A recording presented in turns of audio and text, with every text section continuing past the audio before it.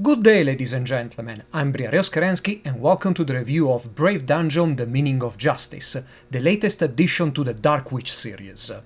Developed by Inside System, the series started way back in 2014 on the 3DS and now features 3 platformers, arguably the main portion of the franchise, and 2 spin-offs. Rudy Mikal, a standalone version of a minigame found in the second Dark Witch, and Brave Dungeon, which brought turn-based battles to Inside System's magical universe.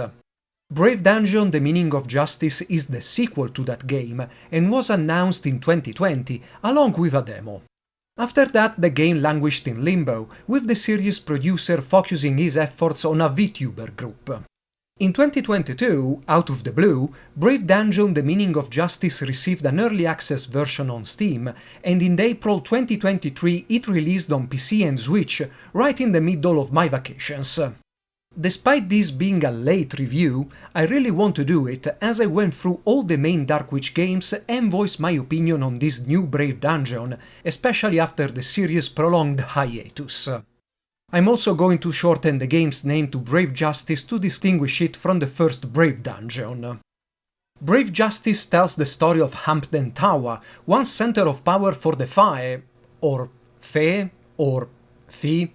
Anyway, after a war between the Fae and humans, Hampden Tower lies in ruins, forgotten by most, but not by Charles, a mysterious old man who tasks 3 well-known faces with a mission. Al to find a way to the tower, Clincy to research a way to break the tower's seal, and Papelne to build a city around the tower to attract adventurers. All characters have their own storyline which can be tackled in any order, but once started you are locked to that storyline until completion, which takes between 3 to 5 hours. Each character has their own playstyle. Al is a classic key-hunting dungeon crawler. Clincy adds light puzzle elements to the mix while downplaying combat a bit. Papelne's story is more about resource gathering, exploration and item crafting, with a bit of combat sprinkled in to break the monotony.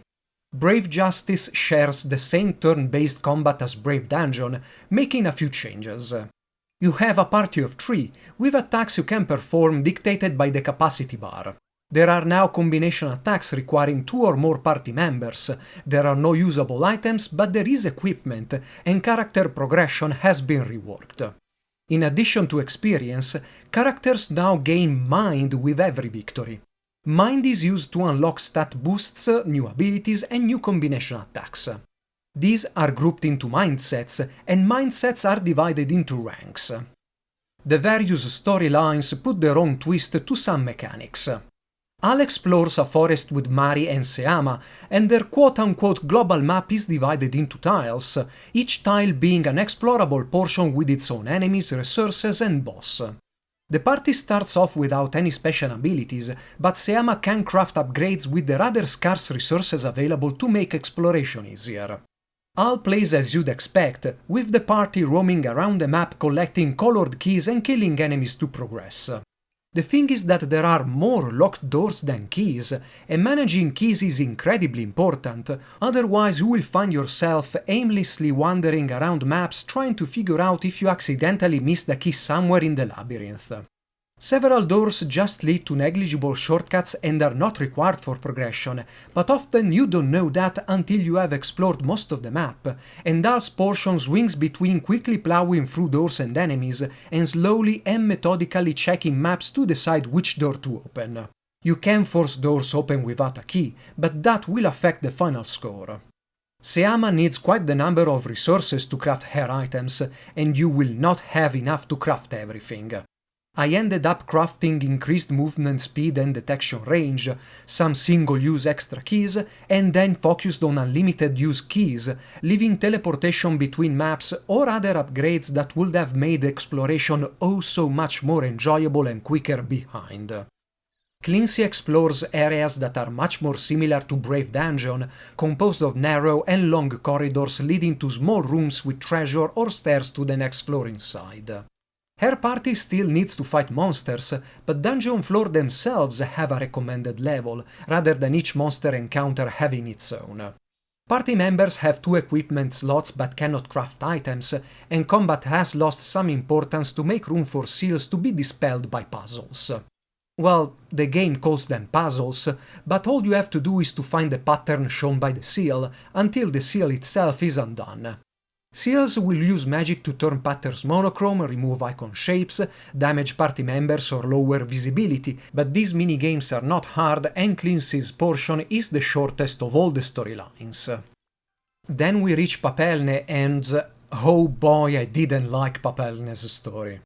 She has to build a city, and to do that she has to gather materials from the overworld. This is primarily done by going around and mining various objects. With enough resources, Papelne goes back to the main camp and crafts what she needs. Combat takes a back seat. It's still needed for mine points and some items, but not for character levels. Those are increased by gaining trust with Kevel. How do you gain trust? You either complete a main task, give Kevel the items she's asking for, or go around the map and clear palaces, which either have one simple puzzle or a boss fight. Trust is a finite resource, and I strongly suggest to increase the party level to 9, and then focus on gathering skills, especially those improving gathering skills for NPCs. The last item you need to create in Papelne's story requires a massive amount of items, I would even say excessive amount, and that's after you already went through multiple requests to build complex structures requiring composite items, those being items you have to craft before making something else. Think the Atelier games. Incidentally, Brave Justice came out very close to Atelier Ryza 3, but items aren't rated or with special abilities, and the game doesn't let you simply select the topmost item and craft everything automatically. Papelne's portion is also the least focused in terms of exploration, as map parts can only be obtained by spending trust, and exploration is required to gather items, party members, and recipes to advance with the story. Unlike Ale and Clincy, Papelne's map is very samey-looking and large. Remembering where points of interest are is not that easy, and going around is boring. You can dash, but that uses the same meter used for mining items. I won't say Papelne's section is bad, but it's surely boring and could have used a lot more refinement, especially when there are tons of crafting games around to draw inspiration from. Completing the 3 storylines unlocks the final chapter, which adds one more playable character and allows you to create a party of 4 as you wish. Locked areas in Al's dungeon are now accessible, and you can continue to improve Papelne's city and clear a handful of NPC quests that pop up. This is the game at its best, especially in combat. Previously party members were fixed, with some abilities like combination spells going largely unused. This made combat very shallow and uninteresting, with boss fights that were trivialized by inflicting blind. Now with all characters available and all party restrictions lifted, combat gains a new level of complexity that reaches and surpasses Brave Dungeon, thanks to a more balanced approach to restorative spells, improved character synergy, and more interesting abilities. Combat overall becomes a bit more grindy though. If you want to complete everything, you'll have to get to level 100. The final boss can be easily defeated at level 80, and around the same level you can defeat normal enemies 20 to 30 levels higher than you. This is a good thing, as the best way to grind is Al's dungeon, and there enemy levels vary wildly. You might be exploring an area with level 70 enemies, take the teleport to the next area, and find yourself facing enemies at level 110. In the 4th chapter, characters will also be able to change classes, but this is a simple progression to a more powerful status, with no choices. Everyone does get a new portrait, new sprite, and even a small animation at class change though. Completing the 4th chapter clears the game and unlocks a new endgame dungeon, as well as a good amount of extras, including staples like the Siega shop and minigames. A fanart gallery unlocks fully, along official yonkomas and videos. Achievements, like completing the game at different difficulty levels, unlock another gallery full of production sketches. Unfortunately, there are only 2 minigames, Poker and Infinite Runner, and nothing new. Graphically, the game is, well, old. Graphics are cute, but also recycle assets from previous games heavily, and a lot more variation for background elements would have gone a long way in making the game more appealing to look at. Final dungeon bosses received completely new sprites, and those are the best thing in the game, graphically speaking. Unfortunately, the last 5 bosses are represented by a static illustration, not a sprite, and lack any kind of animation. Those are probably the worst, graphically wise, because they stride with everything else in the game. On Switch, the game slows down when too many animated tiles are on screen, and there are a number of bugs as well. The game crashed 3 times during my first playthrough, all of them when loading battles. Luckily the game autosaves often, but the first crash happened when I met the final boss in Papelne's story and I didn't manually save beforehand, also because the only manual save point is back at the base camp. There are instances of special effects disappearing during seal fights, and status effects during normal fights, like blind, don't seem to work correctly.